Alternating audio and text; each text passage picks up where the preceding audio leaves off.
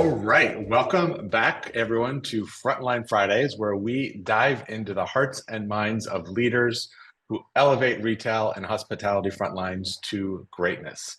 We discover what's their secret sauce, and I'm really excited to have this conversation today with Michael. We are proudly powered by YOOBIC. This show also explores how AI-driven tech empowers teams to connect, learn, and excel straight from their smartphones. I'm Ron Thurston, your guide on this journey. As the co-founder of Aussie, our vision is to transform the retail recruitment with groundbreaking tech and a passionate commitment to the sector. Check out useaussie.com to see the future of hiring, including free access to our candidate digital profile innovation. And we're in talks with several forward-thinking retailers ready to revolutionize their hiring process. I'm also the author of the best-selling book, Retail Pride, which you can find at bookstores everywhere and on Amazon.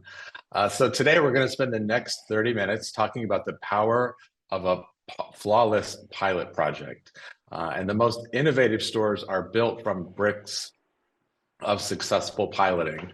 And certainly that's nothing new, but it's feeling particularly relevant right now because we're in an era of constant change. And personally, I just got back from the Las Vegas Shop Talk convention, and this is a very important topic, is the kind of speed of change of which the industry is evolving. New technologies and AI are informing every facet of retail, and customers' behaviors continue to evolve and shift. And so there's a lot of experimentation happening in stores right now as retailers try to work out their next era experience and scale it for customers and their teams. And here, pilot programs are truly the star of the show. So today's guest, I'm happy to have Michael Saldaña, who has turned piloting into something of a personal superpower. Michael's the Senior Retail Operations Manager at UNTUCKit. He started at UNTUCKit 6 years ago as a store manager, and today he's in the midst of opening 7 new stores. And during his time at UNTUCKit, Michael has led the standardization of a myriad of store processes, many of which started with a strong pilot.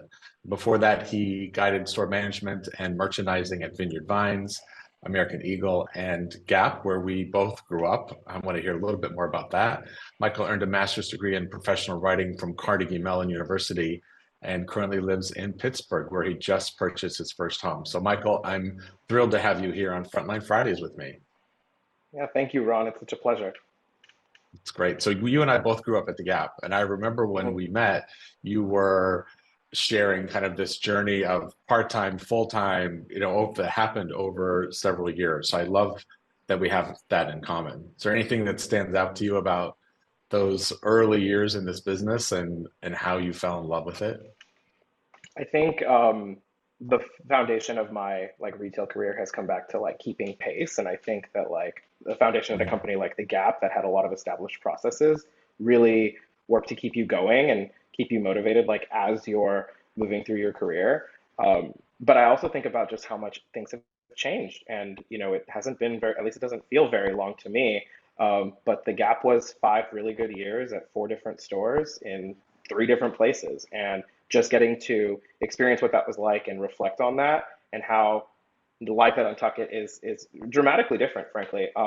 It's cool to hindsight that and see what we can still take away from how things were.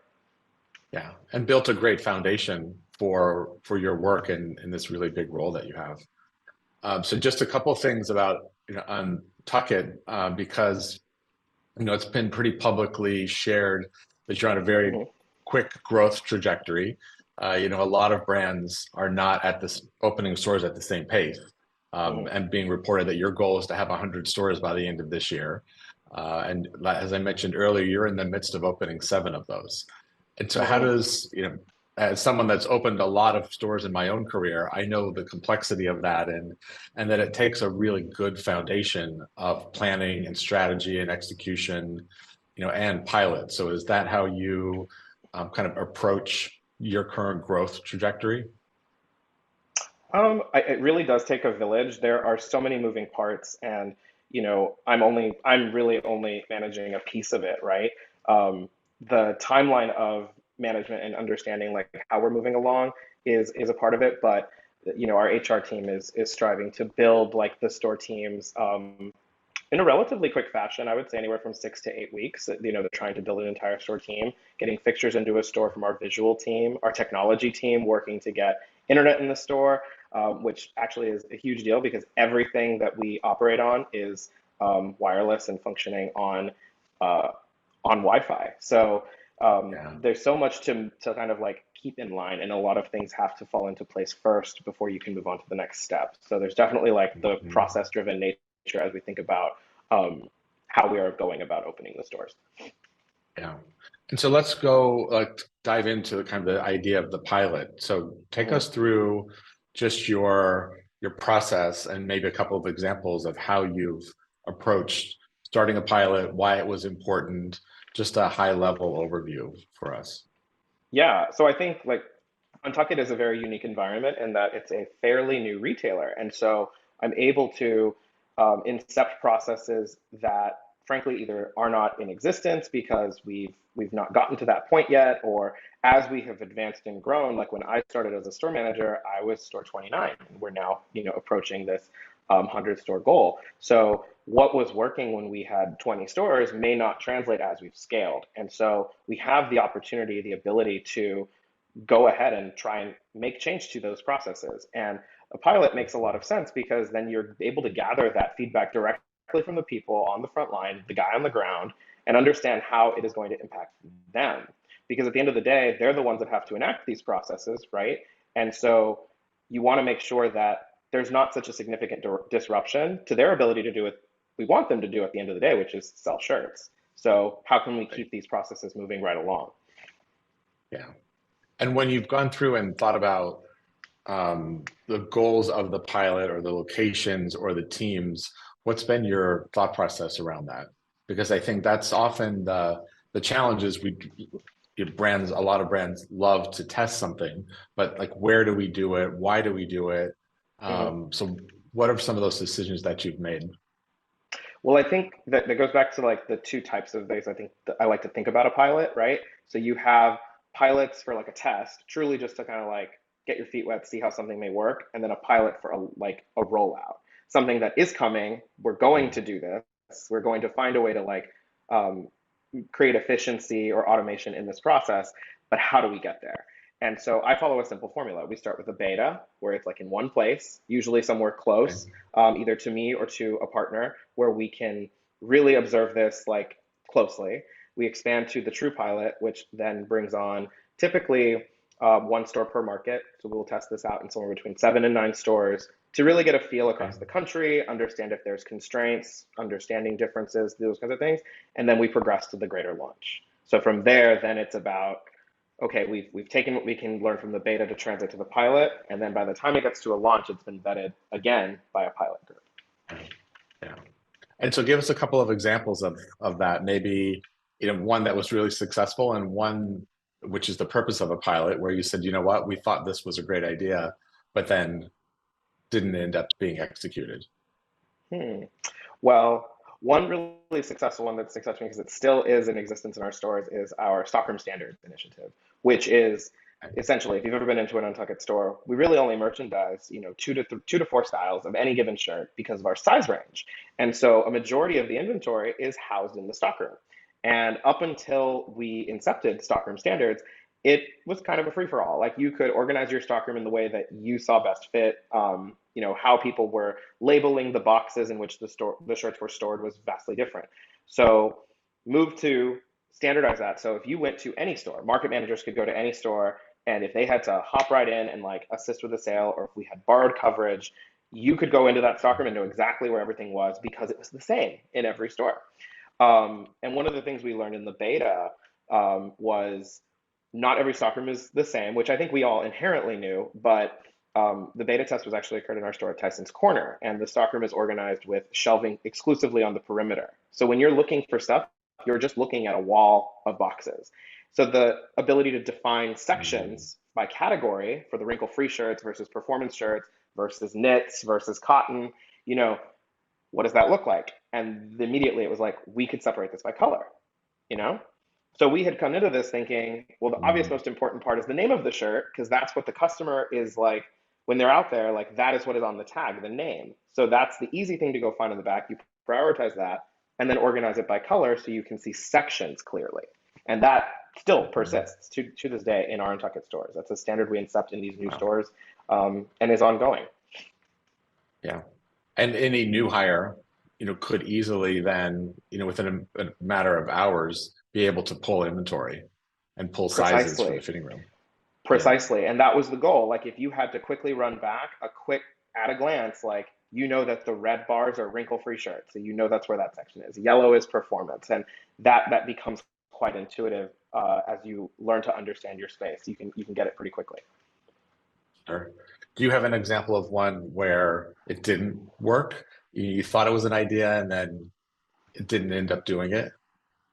Yeah, so I think again, we translate pilots sometimes on like processes in stores, and sometimes it's about like trying to fund different initiatives. One that I guess didn't necessarily work out in the way we would have expected was um, we were playing around with adding more payroll in stores, and we chose a few stores to layer on a fourth full-time individual um, to see what that would do to elevate the KPIs. We kept track of that Yeah. for a few months against a store that was similar in traffic, but was maintained. We kept those stores as controls.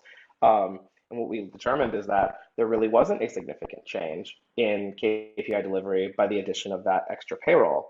Um, but I wouldn't say that that was a failure because what we ultimately did learn is that the payroll was not the problem. It wasn't that. It was that we needed to spread it out to have an improved customer to associate ratio.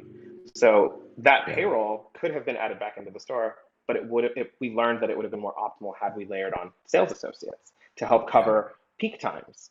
And so I think even that, from my experience, like you got to be willing to understand that it may not work out as you see. It may not always be perfect, like the Stockroom Standards project, but what can you still take away from it? And how are you going to adapt to something that could still be good for your stores?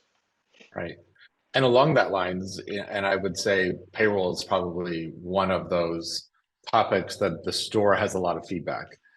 So any pilot, it's not really about your observations and certainly about the KPIs, but it's also about what does the store say? And how did this improve their experience as an employee? How did it improve the customer experience? So what's your process for capturing feedback and maybe even from the customer about these tests and pilots?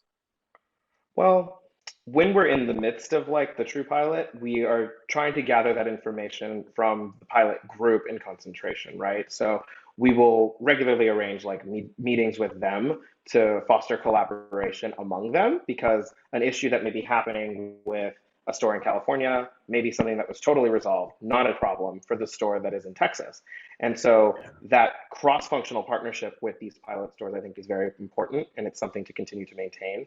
Um, we typically also, I think, before we even get to like let's take a stab at this, it is about listening to the store team through their collective feedback. And I feel at Mhm. UNTUCKit, we do use YOOBIC. We have a news feed. We have the ability to see in real time some of the things that they have to say that store teams are saying to us directly. Market managers are a big piece of this too, fielding that feedback and bringing it in. Um, yeah, we're able to gather that information from a variety of channels and translate it Yeah. in directly. Hmm. Yeah. And then what's the process for getting that back down of kind of saying, like, thank you so much for all of this. We've captured all of this. Here are the decisions that we've made, or we're moving forward with this pilot. Is there a formal process for that? Somewhat. I think we're about to move to something more so. So when I first started doing pilots, the the goal was kind of rooted around how do we get the greatest impact? So you were selecting sites or people to work alongside you that you thought this would be like you're going to feel the impact sooner, right? Like there's an Yeah. opportunity here, so let's help you out.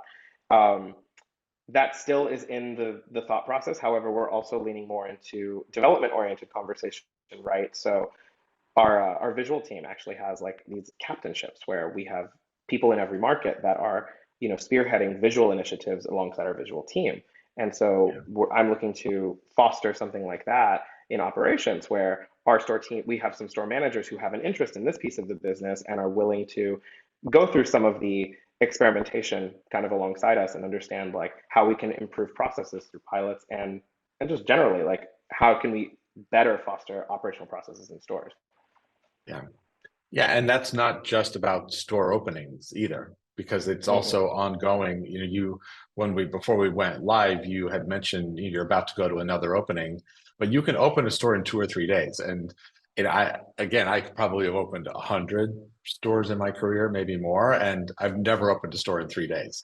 And so the idea here of like you've really nailed down, maybe from pilot execution, maybe from the idea of what the work that you've been doing, the ability to open, go hand off to customer facing that quickly, that takes an extreme amount of diligence.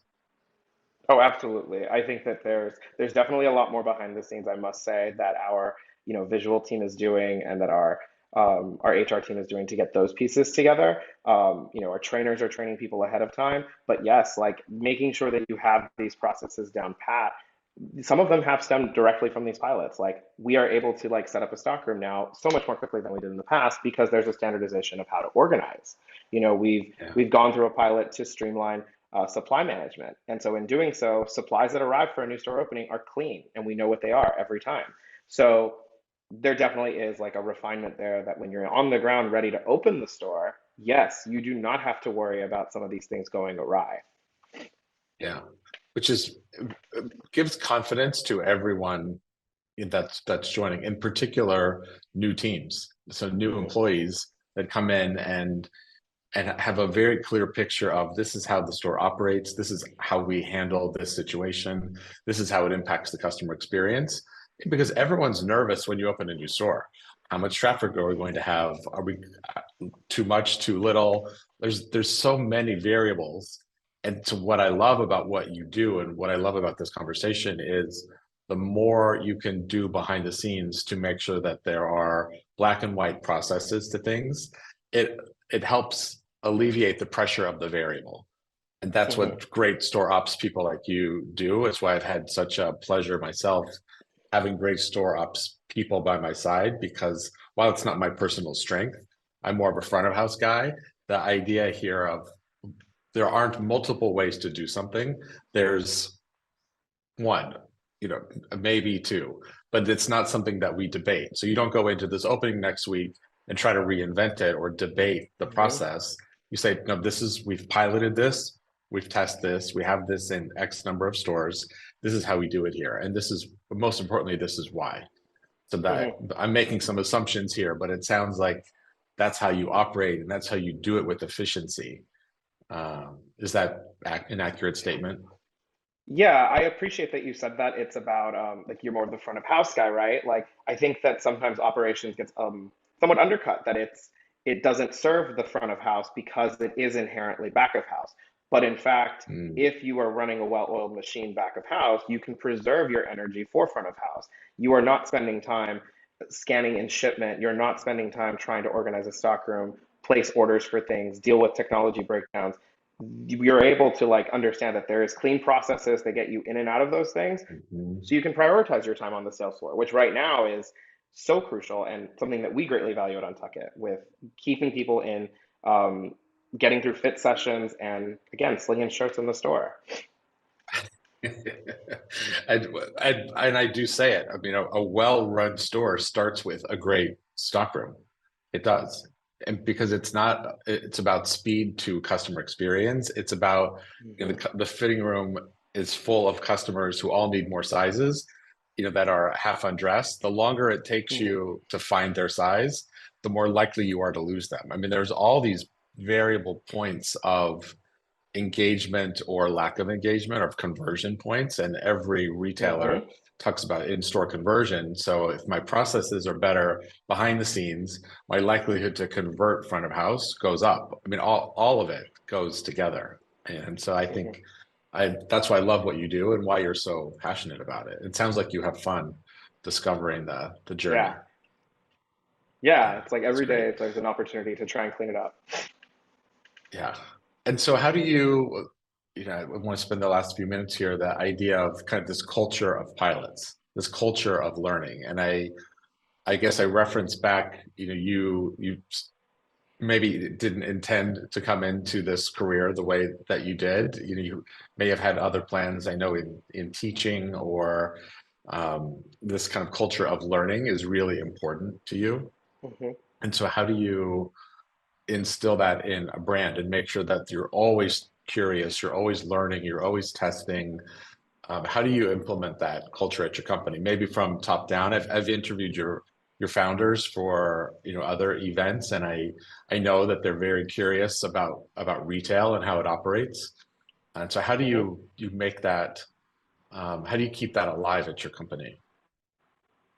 I think it does help. I will say that it is cultural. There are so many counterparts and Mm, people at UNTUCKit that have that same level of curiosity, and there's a lot of pride that a lot of us have in being able to build something and bring something that can come together from each of us to translate into what we now have as our store fleet.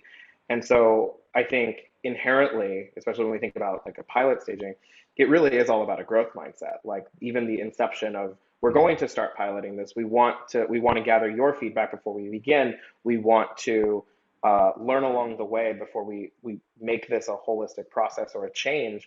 You know, I'm coming at it from the perspective of we're doing this in an effort to grow, in an effort to get to make things better, more efficient, more optimal for you. And so that messaging right there at the onset is what I think kind of penetrates the pilot as it goes on, and kind of has really fostered this like comfortability, I think, in the stores to embrace some change that is coming, because um, everybody is willing to see how can we improve, how can, just little tweaks here and there can make such a big difference on the ground. yeah, yeah. And it also creates a sense of safety for people to raise their hand Mhm. of, hey, I have an idea. What if we tried this? What if we tested this? What if this process isn't working? And when you have a culture of learning, the ability for stores to raise their hand or leadership or your visual team, ops team, everyone, it sounds what you're describing is people are free to voice their opinion and potentially then test something.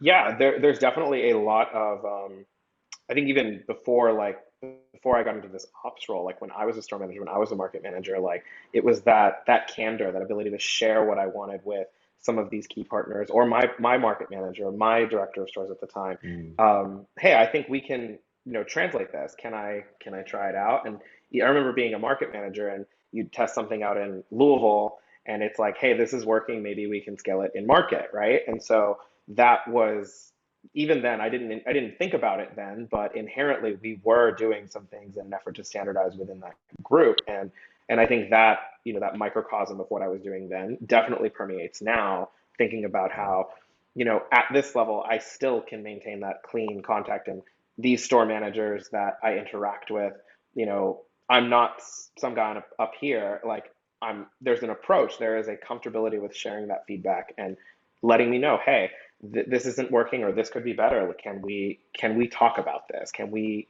work to make something happen? And it's been nice to be able to bring quite a few of those things to fruition. yeah. And which is incredible because what that does is culturally it creates an environment where people want to stay because they're being listened to, they're learning, their ideas are being tested and learned, and a lot of the feedback that comes from an industry like ours that can be very high turnover at the part-time level is Mhm. this, am I really part of the conversation or am I just here to fold shirts? Like, why am I here?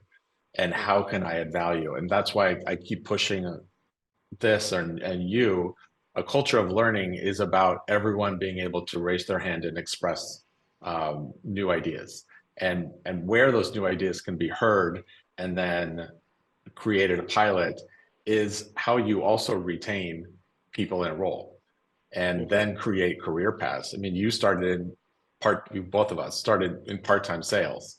And I'm sure you had a lot of opinions. I had a lot of opinions about, hey, what if we tried this? What if we did this? And it kept us engaged in the industry. And Mhm. I love that you at UNTUCKit do that as a brand. It's who you are. And I think there's a lot of brands that could learn something about how to do that even better.